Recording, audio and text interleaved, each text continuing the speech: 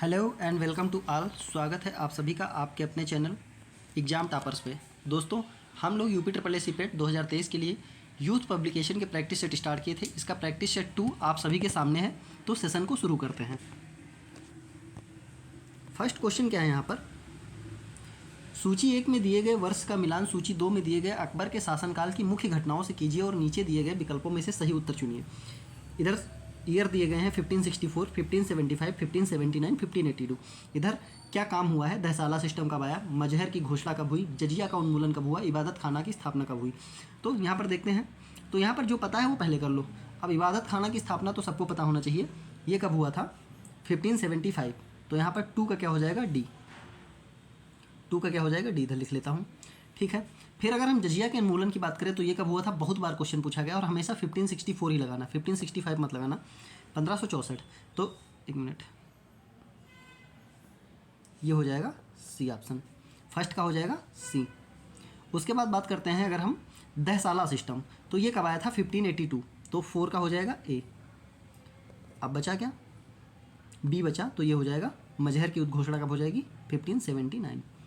तो सी D B ए किस में है, C D B A, option C is the right answer. यानी अगर यहाँ पर 2 चीज़ें आपको पता होती, इबादत खाना और जजिया उन्मूलन, तो आप ये क्वेश्चन कर लेते। नेक्स्ट क्वेश्चन, किसने एक तरफ संस्कृत मुद्रा लेख के साथ चांदी के सिक्के निर्गत कराए, मतलब जो चांदी का सिक्का था उस पर एक तरफ क्या था, संस्कृत में मुद्रा लेख था। मोहम्मद बिन कासिम, महमूद गजनवी, शेर शाह या अकबर। तो यहाँ पर करेक्ट आंसर क्या हो जाएगा, ये किसने किया था, महमूद गजनवी ने। Option B is the right answer. Next question देखते हैं, दक्षिण भारत का प्रसिद्ध तक्कोलम का युद्ध हुआ था चोल एवं उत्तर चालुक्य के मध्य, चोल एवं राष्ट्रकूटों के मध्य, चोल एवं होयसल के मध्य या चोल एवं पांड्यों के मध्य। तो यहाँ पर करेक्ट आंसर क्या हो जाएगा, जो तक्कोलम का युद्ध था ये किसके किसके बीच हुआ था, चोल और राष्ट्रकूटों के मध्य। ये क्वेश्चन तो साउथ इंडिया से आएगा, तो ऐसा भी क्वेश्चन पूछा जा सकता है। नेक्स्ट क्वेश्चन, प्रारंभिक जैन साहित्य निम्नलिखित में से किस भाषा में लिखा गया था, अर्धमगधी, पाली, प्राकृत या संस्कृत। तो यहाँ पर करेक्ट आंसर क्या हो जाएगा, जो प्रारंभिक जैन साहित्य था किस भाषा में लिखा गया था, Ardhamagadhi. Option A is the right answer. Next question देखते हैं, मानव समाधानों में कुत्ते दफनाए गए थे, तो ये कहाँ से मिला था, जो मानव का शव था उसके साथ कुत्ते का शव कहाँ पर मिला था, गुफ कराल में, बुर्ज होम में, मारतंड में या मेहरगढ़ में। तो यहाँ पर करेक्ट आंसर क्या हो जाएगा, बुर्ज होम में। Option B is the right answer.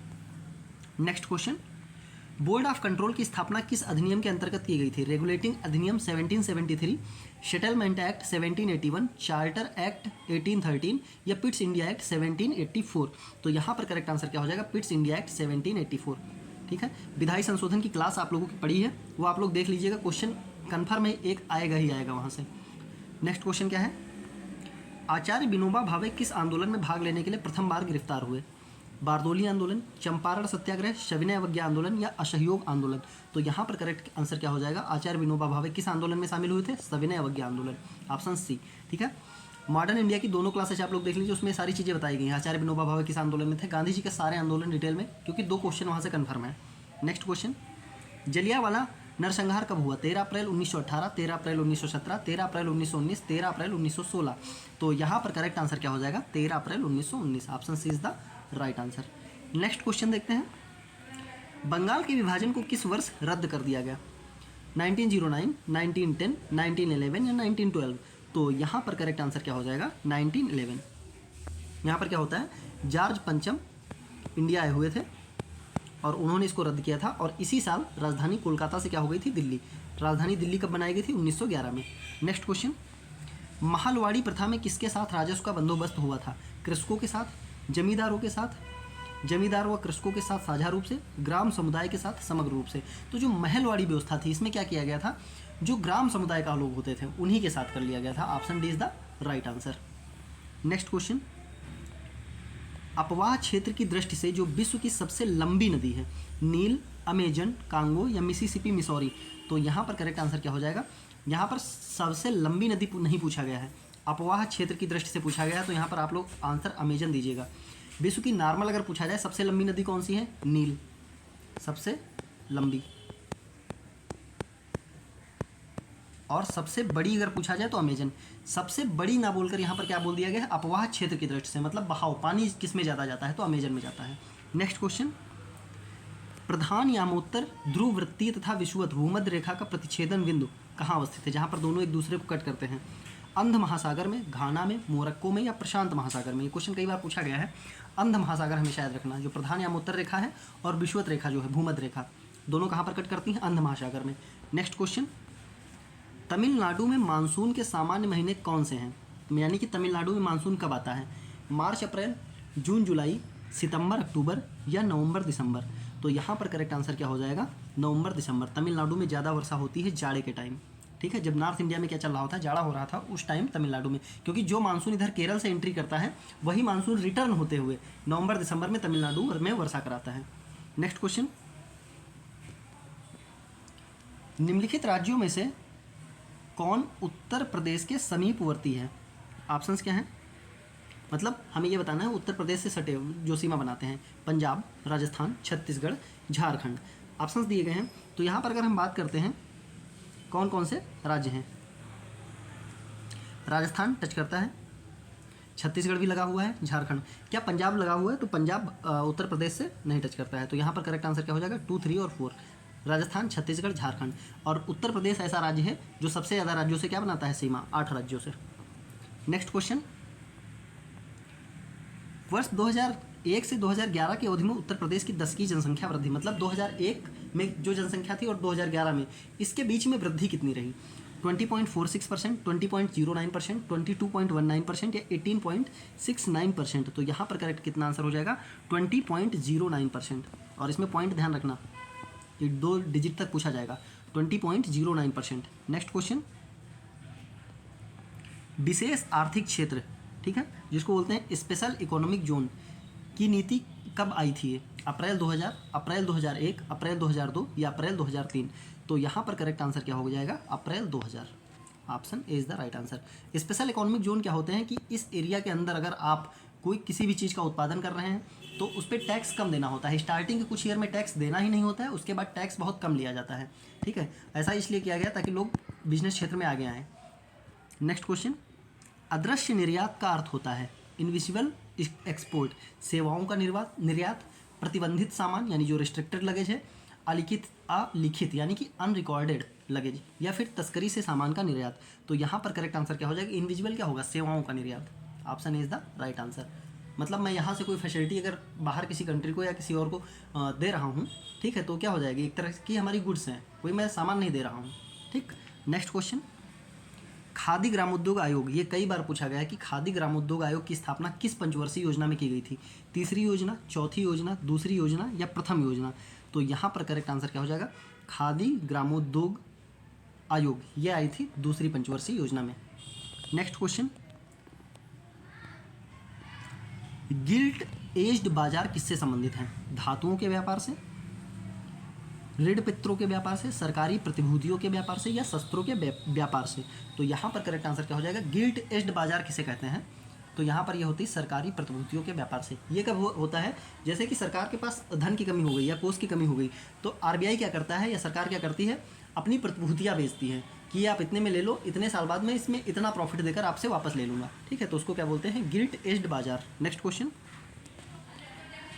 Bharat सरकार के नीति आयोग जो आर्थिक नीति निर्धारण का चिंतन समूह थिंक टैंक है, इसको क्या बोला जाता है? नीति आयोग, जो कि जनवरी 2015 में बनाया गया था, इसको थिंक टैंक के रूप में बोला जाता है। मैं नीति का पूरा नाम क्या है? कई बार आया है इसकी फुल फॉर्मेशन।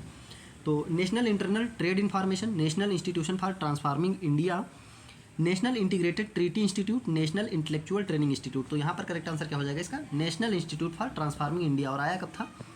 1 जनवरी 2015। कई बार डेट के साथ ईयर पूछा गया है। नेक्स्ट क्वेश्चन, सही उत्तर का चयन करना है। ऑप्शन पढ़ते हैं पहले। सभी व्यक्ति पंचायती राज्य के सदस्य बन सकते हैं, ठीक है। दूसरा ऑप्शन क्या है? वह व्यक्ति जो राज्य विधानसभा का सदस्य होने की योग्यता ना रखता हो पंचायती राज्य का सदस्य बन सकता है। 25 वर्ष की आयु वाले व्यक्ति ही पंचायती राज्य के सदस्य के लिए अहर हैं। वह सभी लोग जो 21 वर्ष की आयु पूरी कर चुके हैं तथा राज्य विधानसभा के सदस्य चुने जाने की योग्यता रखते हैं पंचायती राज्य के सदस्यता के लिए योग्य हैं।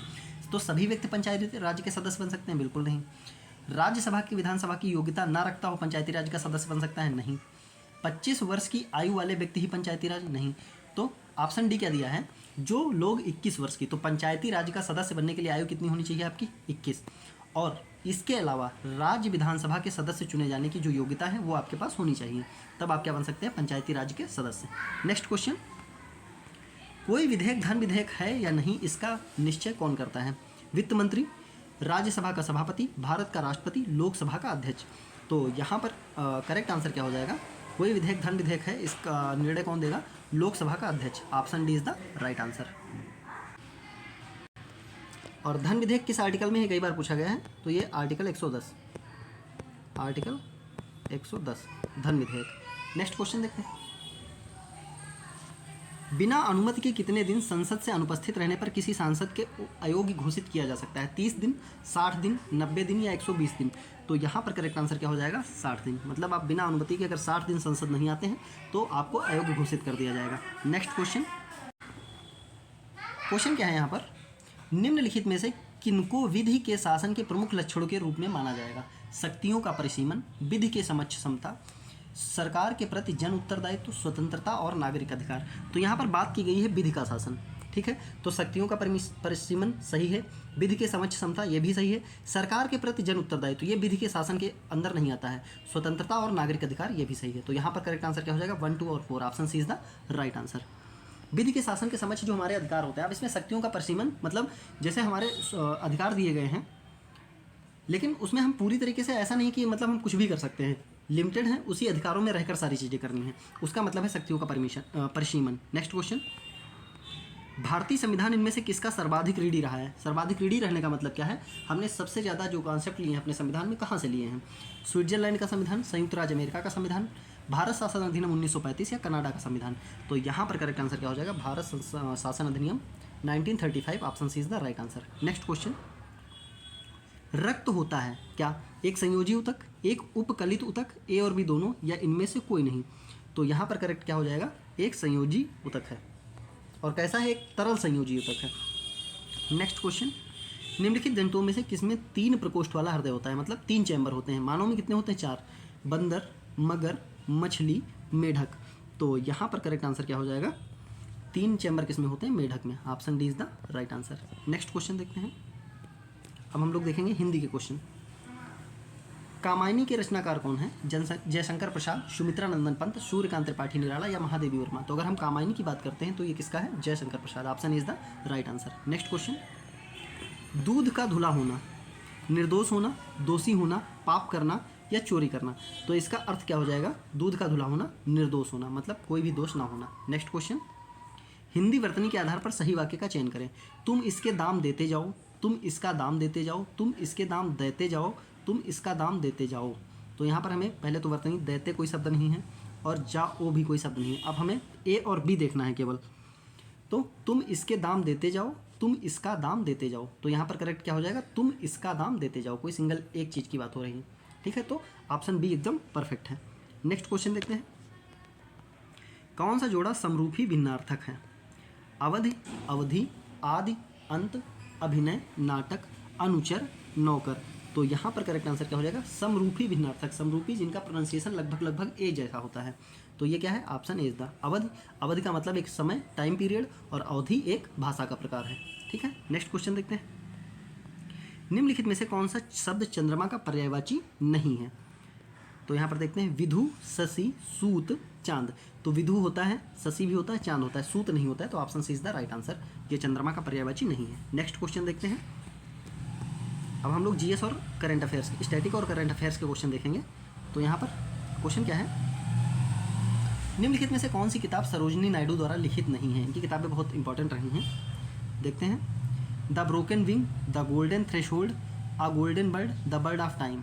तो अगर हम बात करते हैं सरोजिनी नायडू द्वारा लिखित नहीं है, the broken wing Sarojini Naidu की है, द गोल्डन थ्रेशोल्ड ये भी सरोजिनी नायडू की है, द बर्ड ऑफ टाइम ये भी सरोजिनी नायडू की है। लेकिन द गोल्डन बर्ड ये सरोजिनी नायडू ने नहीं लिखी है। इसको किसने लिखा है? जैकब ग्रिम और विल्हेम ग्रिम, 2 लोगों ने मिलकर लिखा है, विल्हेम ग्रिम, ठीक है। नेक्स्ट क्वेश्चन देखते हैं। मोहिनी अट्टम नृत्य रूप निम्नलिखित में से किससे संबंधित है? ओडिशा, केरल, कर्नाटक या तमिलनाडु। तो यहाँ पर करेक्ट आंसर क्या हो जाएगा, मोहिनी अट्टम कहाँ का नृत्य है? केरल। कथकली यहीं का है। मोहिनीअट्टम और कथकली, इसके दो शास्त्रीय डांस हैं, कथकली और मोहिनीअट्टम। उड़ीसा का ओडिसी है और तमिलनाडु का भरतनाट्यम। नेक्स्ट क्वेश्चन, निम्नलिखित में से कौन सी गैस ग्रीन हाउस गैस नहीं है? ऑप्शंस क्या है यहाँ पर? मीथेन, नाइट्रोजन, जलवाष्प, carbon dioxide.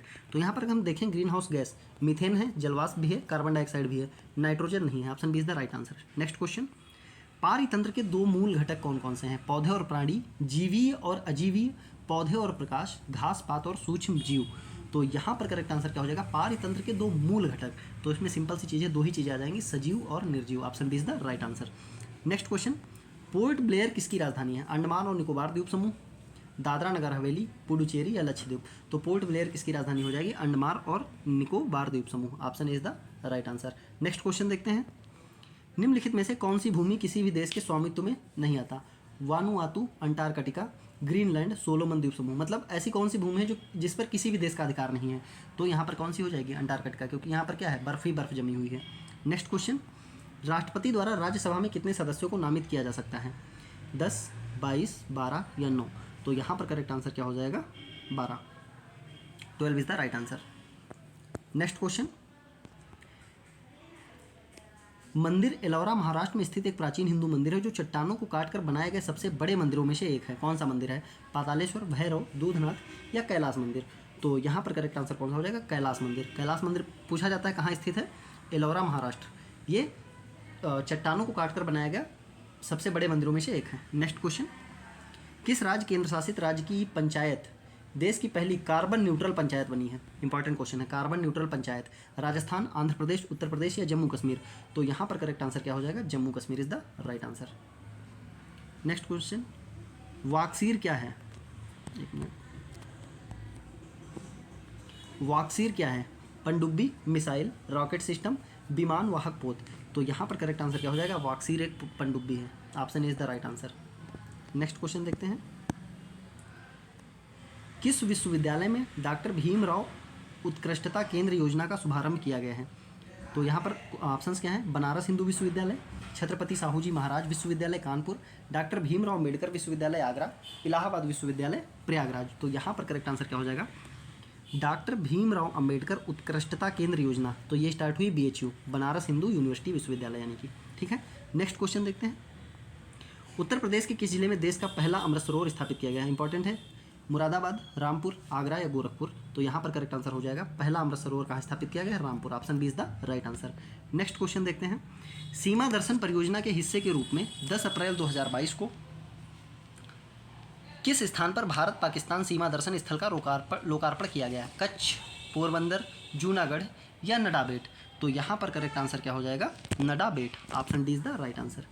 Next question, April 2022 में यूनेस्को वर्ल्ड बुक कैपिटल किसे नाम? वर्ल्ड बुक कैपिटल हर ईयर दिया जाता है यूनेस्को के द्वारा। इस बार किसको दिया गया है? गाउल जारा, मैड्रिड, तिब्लिसी या कोनाक्री।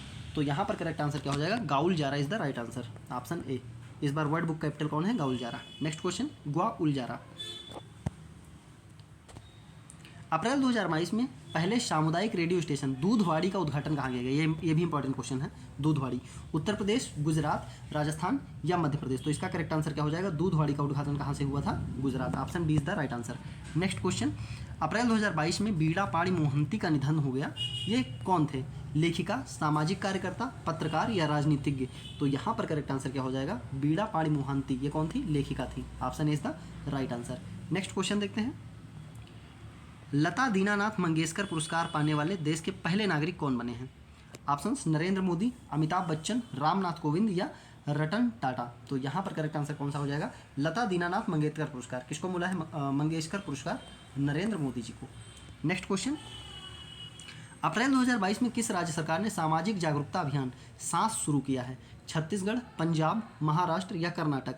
तो यहाँ पर करेक्ट आंसर क्या हो जाएगा? सांस अभियान किसने शुरू किया है? Karnataka. Option D is the right answer. ये सांस अभियान किस चीज़ से संबंधित है? जो बच्चों को बहुत छोटी उम्र में क्या हो जाता है? न्यूमोनिया, इसकी जागरूकता के लिए अभियान चलाया गया है सांस। नेक्स्ट क्वेश्चन, 27 अप्रैल 2022 को जम्मू कश्मीर में क्वार जल विद्युत परियोजना को मंजूरी दी गई या किस नदी पर स्थित है?